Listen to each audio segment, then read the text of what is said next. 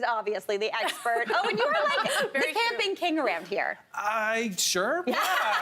I like camping. Yeah, absolutely. Which I think makes me maybe the king in this group. Yeah, I feel like it's true. Now, you are someone who doesn't just like drive or canoe to go camping. You also like get on planes to go somewhere else to go camping. Yes, I've been known to do that. Yeah, earlier in the spring, I flew to Peru and did a week-long hiking trip in the Andes. Yeah. And so, yes, I do this. I know, see? Told you. Camping king. No big deal. All right, now, you absolutely love to camp, obviously, and you swear by this kind of trail mix.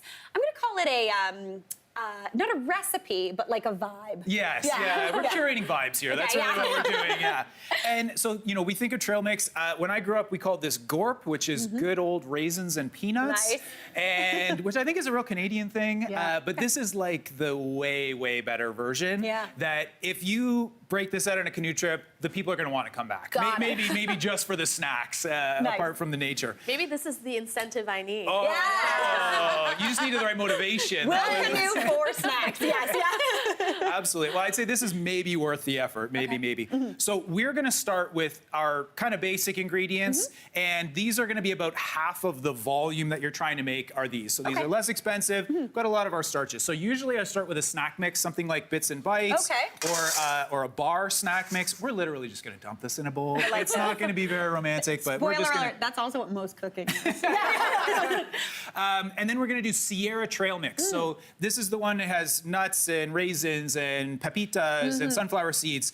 Also very cost effective. Nice. And when you're going to go put this together at the store, get whatever's on sale. This is not hard and fast. This is just kind of like, hey, this is on sale, grab some of that. Yeah. Love granola. Oh, yeah. And I know you have some granola recipes that I have tried quite good. Oh my gosh, thank you so much, Owen. I feel like you want those good, like, chunkers of granola, right? Exactly right. Yeah, chunky granola is helpful because otherwise it just all ends up at the very bottom and you're eating one oat at a time. Deluxe mixed nuts is the other one. No peanuts in this one. So this is the fancy one. This is when you bring it for the good company. Yes, yeah.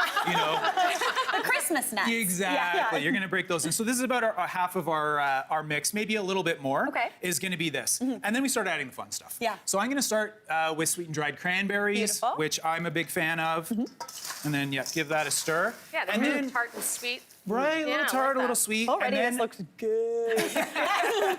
And then we're going to add the really fun stuff. So I like to have a fine selection of gummy candy in mine. So gummy bears are going to be, a really good option. We've got Swedish berries. Nice. I thought this was going to be a healthy mix, nutritiously dense, something that'll help us survive out there. It'll help you survive. And then you're going to survive.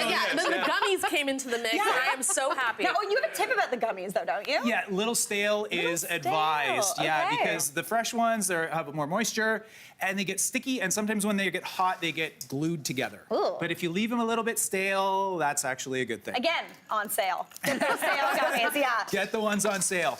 So we've got our selection of gummies. I like to use M&Ms as well.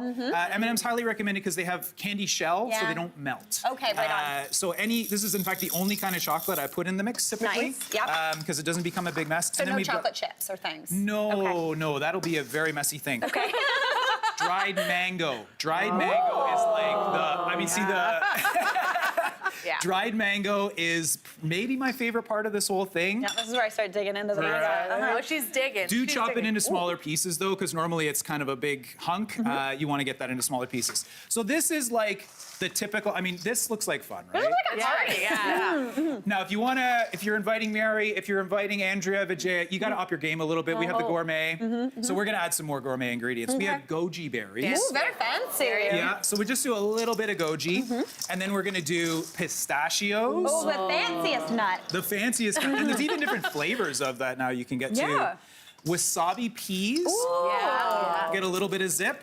I like that because some people will be eating it thinking it's all sweet, and then you get a little heat, and you're like, what just happened? What happened? And then kind of along those lines, crystallized ginger. I like as well. So that's a nice little hit. And good if all of this candy makes your tummy a little upset. That ginger will help balance it out.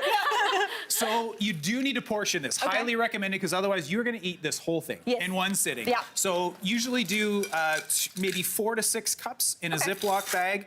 Just going to say that's a cup, and we're going to dump it in there. Now, we were arguing before the show about how we portion this. So I usually try and do a couple of cups per day, does 4 people. Okay. That's We crazy, might Owen. get some argument that that's too little. That's half a cup a person. That's not enough. That's not nearly enough. Yeah. You can do more. Listen, these are just suggestions. But that's usually how I try and, meter it out. You got to meter this out. He's like, kids, you only get 5 M&Ms. Enjoy them. Enjoy them one at a time.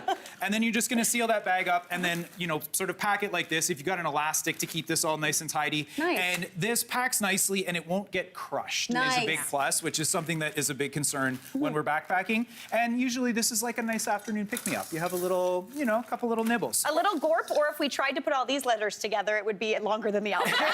Fantastic job. Oh, and now when we one time went camping together. Do you remember that?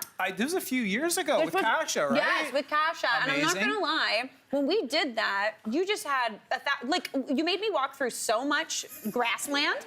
There were Butterfly City. Also, see those backpacks, everybody? I thought they would be full of newspaper because, we're on TV. No, it weighed like 1,000 pounds.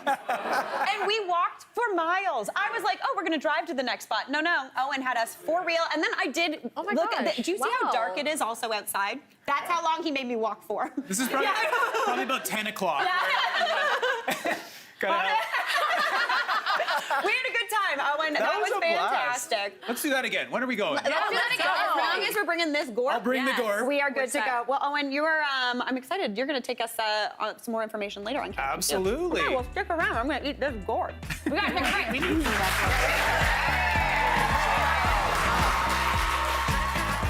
A few tricks when cooking while out camping. Make sure you're familiar with your stove and that it's in good working order before you head out. Bring an old tea towel. Tie a garbage bag next to your table to keep you and your cook site clean and tidy. Prep what you can at home and enjoy your time. Hey, Mary here. What did you think? Drop your comments below and don't forget to like and subscribe for more of the good stuff.